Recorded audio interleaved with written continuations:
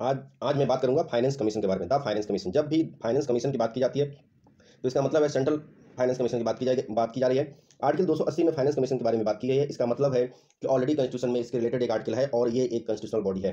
ठीक है, फिर बात किया गया है कि कौन इसको कंस्टिट्यूट करेगा, तो यहाँ लिखा है constituted by president of India.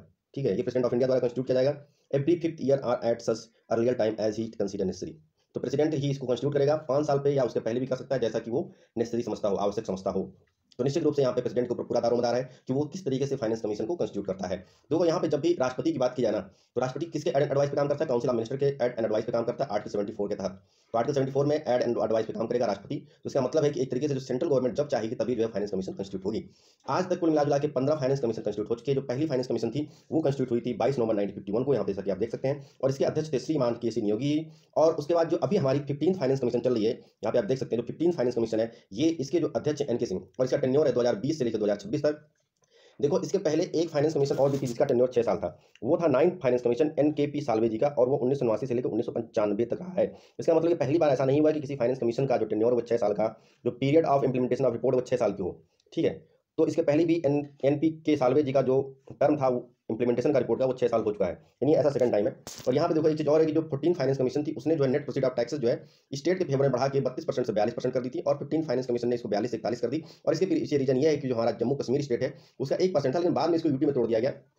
तो उसका जो 1% हिस्सा था वो जो है यूटी जम्मू कश्मीर को दे दिया गया, यानी कि अब स्टेट का जो परसेंटेज है वो 41 हो गया, क्योंकि वहाँ पे पहले JNK जो स्टेट था उसका 1% था टैक्स डिस्ट्रीब्यूशन में, अब वो यूटी जम्मू एंड कश्मीर को दे दिया। तो इस तरीके से जो प्योर स्टेट बचे वो बचे सिर्फ 41% पे। ठीक है, तो अब आगे आके और बात करते हैं। यहाँ पे जो प्रीवियस ईयर क्वेश्चन आए हैं, generally India finance commission is appointed for every 5 year. कौन किस लिए अपॉइंट की जाती है? तो determine the share of state in the grants and revenue of the central government. ये ऑप्शन सही हो जाएगा। फिर यहाँ पे वही बात है कि फाइनेंस कमीशन लेट डाउन किस आर्टिकल में? 280 में है, अभी बात हो चुकी है। फिर यहाँ यूनियन और स्टेट के बीच में जो है रिकमेंडेशन फाइनेंशियल डिस्ट्रीब्यूशन के कौन करता है? सबको पता है, फाइनेंस कमीशन। हाँ, एक और है, जो फाइनेंस कमीशन है वो एक रिकमेंडेटरी बॉडी है, मानिए रिकमेंडेशन दे सकती है, पर इसके रिकमेंडेशन जो है ना सेंट्रल गवर्नमेंट पे बाइंडिंग नहीं है। अगर उसने कहा कि 50% टैक्स जो है आप स्टेट को दे दो, तो जरूरी नहीं है सेंट्रल गवर्नमेंट माने, हो सकता है सेंट्रल गवर्नमेंट माने, हो सकता नहीं माने, लेकिन ऐसा कोई भी कॉन्स्टिट्यूशनल ऑब्लिगेशन नहीं है सेंट्रल गवर्नमेंट पे कि वो फाइनेंस कमीशन की रिकमेंडेशन माने। और ये बहुत बड़ा जो है लगातार जो है डिस्प्यूट बना हुआ है सेंट्रल और स्टेट के बीच में। एक तो ऑलरेडी स्टेट जो है ना फाइनेंस कमीशन में रिप्रेजेंटेटिव नहीं है, तो कहीं ना कहीं जो इंडिया का कोऑपरेटिव फेडरलिज्म है वो इफेक्ट होता है इससे। और स्टेट लगातार, जिस तरह आप देखोगे जीएसटी में जो स्टेट रिप्रेजेंटेशन है, पर फाइनेंस कमीशन में नहीं है, जबकि टैक्स पैसा जो है बहुत बड़ी चीज़ है, विदाउट मनी के कुछ तो हो नहीं सकता है। और इतनी बड़ी चीज़ में जो है स्टेट का मतलब कंसर्न नहीं देखा जाना, ये एक लगातार जो है डिस्प्यूट बना हुआ है। फिर यहाँ पे आप बात कर रहे हैं कि finances are distributed with the centre and state on the recommendation of which of the following. तो ये सिंपल सा finance commission, which of the following authority recommend the principle governing the grant in aid of revenue to the state out of consolidated fund of India. तो grant in aid को recommend कौन करेगा? Finance commission. ठीक है, which of the following recommend the principle for sharing of the revenue among the union and state. तो ये भी finance commission. फिर which of the following institution will lay down the basic principle of distribution of net proceed of the tax between union and state. ये भी finance commission. तो देखिए लगातार जो क्वेश्चन इस पे आए हुए हैं IAS में भी। In India, taxes on transaction, stock exchange, future market are levied by union, collected by state. No, levied by union and collected by union government. हाँ, assigned जो होता है वो होता है आपको स्टेट गवर्नमेंट का आर्टिकल 270 के तहत। तो आंसर ये हो जाएगा। फिर यहाँ बात किया गया है कि the function of finance commission is to allow the withdrawal of money out of consolidated fund of India. देखो कौन अलाउ करता है withdrawal of money consolidated fund of India से? वो है लोकसभा। लोकसभा अलाउ करती है या पार्लियामेंट अलाउ करती है कि आप जो है कंसोलिडेटेड फंड ऑफ इंडिया से पैसा निकाल सकते हैं, जो गवर्नमेंट है। अगर लोकसभा में से आप जो है कंसोलिडेटेड फंड ऑफ इंडिया से पैसा नहीं निकाल पा रहे, इसका मतलब ये है कि आपकी गवर्नमेंट गिर गई, आपके पास मेजोरिटी नहीं है। ठीक है, तो पहला ऑप्शन गलत हो गया। तो इस हिसाब से A और D खत्म हो गए। अब हमारे पास B और C बच रहे हैं, यानी तीसरा ऑप्शन सही है। To consider application for grant in aid from the state. Yes, ये एकदम अभी हमने देखा और डिस्कस भी इस पे किया। अब हम फोर्थ पॉइंट देखते हैं, to supervise and report on whether the union and state government are levying taxes in according with the budgetary provision. देखो अगर सुपरविजन की बात की जाती है तो वो कैग के हाथ में होता है। सेंटर और स्टेट के लिए एक ही कैग है, एक ही कैग है इंडिया में। Computer and auditor general of India 148 से लेकर आर्टिकल 151 तक इसके फंक्शन और इसके बारे में बताया गया है, और ये भी एक कॉन्स्टिट्यूशनल बॉडी है। तो इस तरीके से ऑप्शन आपका 2 और 3 सही हो जाएगा। 2 में कहा गया है to allocate among the state the shares of proceed of taxes. Yes, जो रिकमेंडेशन होता है वो होता है आपका फाइनेंस कमीशन का, तो मोस्ट अप्रोप्रिएट हो जाएगा इसमें B। Which of the following institution which lay down the basic principle for distribution of net proceed of taxes between the union and state? तो सिंपल सा बात है, फाइनेंस कमीशन। फिर यहाँ पे देखिए क्वेश्चन 8 है और क्वेश्चन 8 सॉरी हो गया है, अब यहाँ पे 9 भी हो चुका है। अब यहाँ पे आएंगे हम लोग, बात करेंगे क्वेश्चन नंबर 10 पे। The main function of finance commission to determine the part of states in central taxes and to determine the principle of financial aid given by centre to state. Financial control over state गलत है, financial control over centre ये भी गलत है, तो answer हो जाएगा A part. फिर यहाँ पे बात किया गया था finance commission primary concern with recommendation to president about. तो किसके लिए होता है? Distribution the net proceed of taxes between the centre and state, the principle governing grant in act to given to the state. दोनों और सही है, तो आंसर D हो जाएगा। With reference to finance commission of India which of the following statement is correct. It encourages the inflow of foreign capital for infrastructure development. देखो ये ना गवर्नमेंट की पॉलिसीज होती है, इकोनॉमिक पॉलिसी होती है, वो इनकरेज करती है एफडीआई के। जैसे अभी की जो गवर्नमेंट है हमारी भाजपा की, ये कंटिन्यूस प्राइवेटाइजेशन और इस तरीके के एफडीआई फ्लो के लिए लगातार जो है तरह तरह के इंसेंटिव दे रहे हैं। तो इस नाते ये कहना कि फाइनेंस कमीशन जो है इस तरह की कोई चीज़ें करती है वो गलत है। डायरेक्टली तो नहीं करती, इनडायरेक्टली इंपैक्ट हो सकते हैं। It facilitate the proper distribution of finances among the public sector undertaking. देखो ये काम भी जो सेंट्रल गवर्नमेंट का होता है, ये नहीं करती है। फिर it ensure transparency in financial administration. तो फाइनेंशियल एडमिनिस्ट्रेशन की ट्रांसपेरेंसी की ऑलरेडी जो है कैग है comptroller and auditor general of India, तो आंसर हो जाएगा डी। उसके बाद यहाँ पे बात की गई which of the following is not a function of finance commission in India. तो देखो डिवल्यूशन ऑफ इनकम टैक्स एकदम, डिवल्यूशन ऑफ एक्साइज ड्यूटी एकदम सही है, award of grant in aid ये भी सही है, डिवल्यूशन ऑफ ट्रेड, देखो ट्रेड टैक्स ना ये स्टेट सब्जेक्ट मतलब जीएसटी के अंदर है, तो इसी नाते आंसर डी हो जाएगा सही इसका। Federal finance commission India relate to, जो federal finance commission of India में वो रिलेट करता है, तो सबको पता है वो रिलेट करता है सेंटर और स्टेट के बीच में। फिर main agency resolve the fiscal dispute in the centre and state. देखो फिस्कल डिस्प्यूट को रिजॉल्व करने की बात कर रहा है तो वो आपका कौन हो जाएगा, सुप्रीम कोर्ट। तो सुप्रीम कोर्ट आपके फिस्कल जो है डिस्प्यूट को रिजॉल्व करेगा। वो किसके तहत करता है, आर्टिकल 131 के तहत। देखो आर्टिकल 131 में ये बोला गया है कि अगर सेंटर और स्टेट के बीच में कोई डिस्प्यूट हो जा रहा है तो वो डिस्प्यूट जो है आर्टिकल 131 के तहत जो है सेंटर जो है अगर कोई लीगल डिस्प्यूट है तो वो सुप्रीम कोर्ट में दायर कर सकते हैं। ये बात आर्टिकल 131 में कही गई। और इस तरह आपने देखा होगा कि अभी सीए के मुद्दे पे जो कि केरला गवर्नमेंट ने वहाँ पे जो सुप्रीम कोर्ट में ये जो है अपना जो है दावा प्रस्तुत किया था, तो ओरिजिनल जुडिक्शन ऑफ सुप्रीम कोर्ट ये आर्टिकल 131 के तहत है।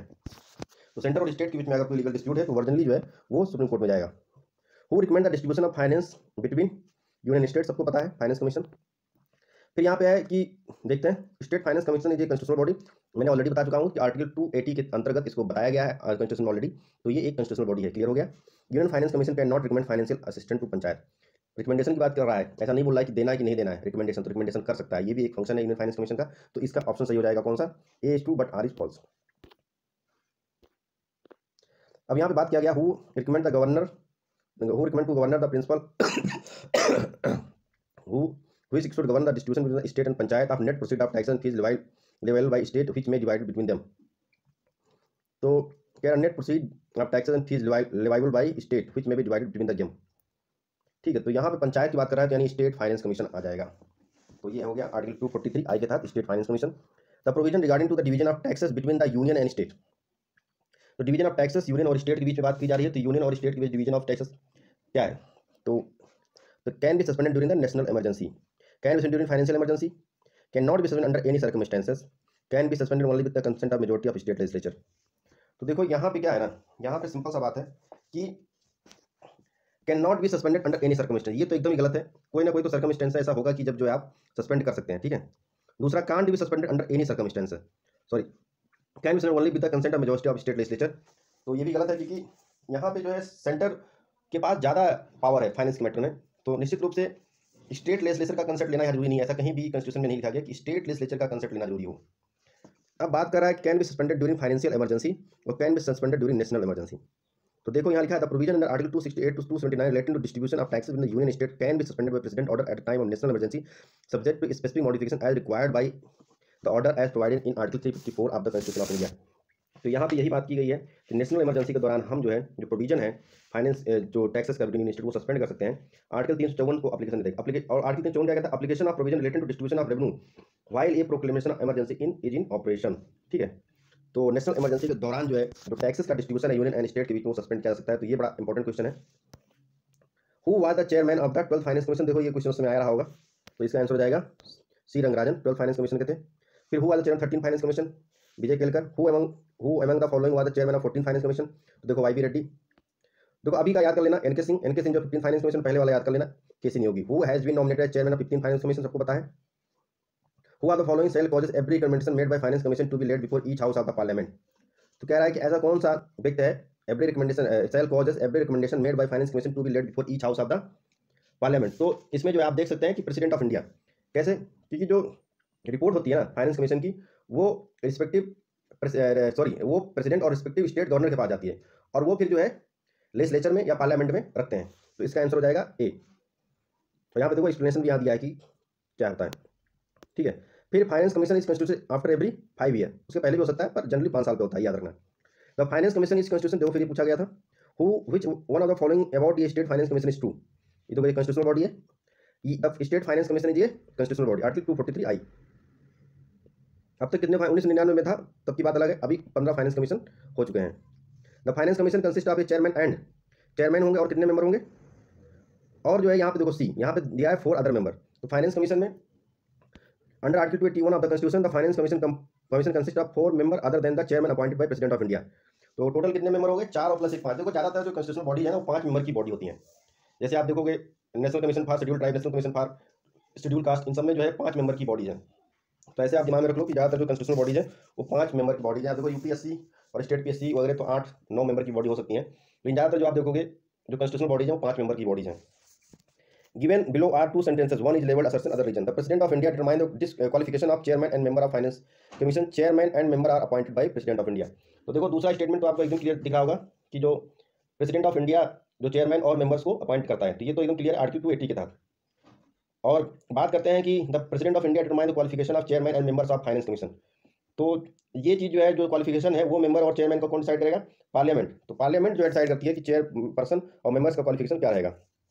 ठीक है, तो parliament determine legally qualification of members of commission and their selection method. Normally जितनी कॉन्स्टिट्यूशनल बॉडी है उनके जो क्वालिफिकेशंस है ना वो जो है पार्लियामेंट ही डिसाइड करती है। इवन कैग भी आप देख सकते हो, कैग के मैटर हैं या फिर जो है यूपीएससी, इन सब मैटर्स में पार्लियामेंट ही डिसाइड करती है। ठीक है, अब यहाँ पे लास्ट क्वेश्चन है, in the Indian physical federal system resources allocated from the centre to state which of the following is not a mean of resource allocation at present. तो देखो कौन सा इसमें ऐसा नहीं जो रिसोर्स एलोकेशन के लिए यूज होता हो। तो ग्रांट इन एड ये तो अभी भी होता है, सेंट्रली स्पॉन्सर्ड स्कीम ये भी होती है, transfer for plan implementation under Gadgil formula and tax sharing. तो देखो टैक्स शेयरिंग तो होगा ही, तो यहाँ पे सी एकदम क्लियर सही है। अब यहाँ बताया गया है कि कैसे होता है, और यहाँ पे बोला कि गडगिल फार्मूला क्या है? Transfer for plan implementation Gadgil formula is not mean of resource present. ठीक है, तो ये सारी बातें हो गई हैं। तो अगर आपको मेरा वीडियो अच्छा लगा हो तो please like and subscribe. Thank you.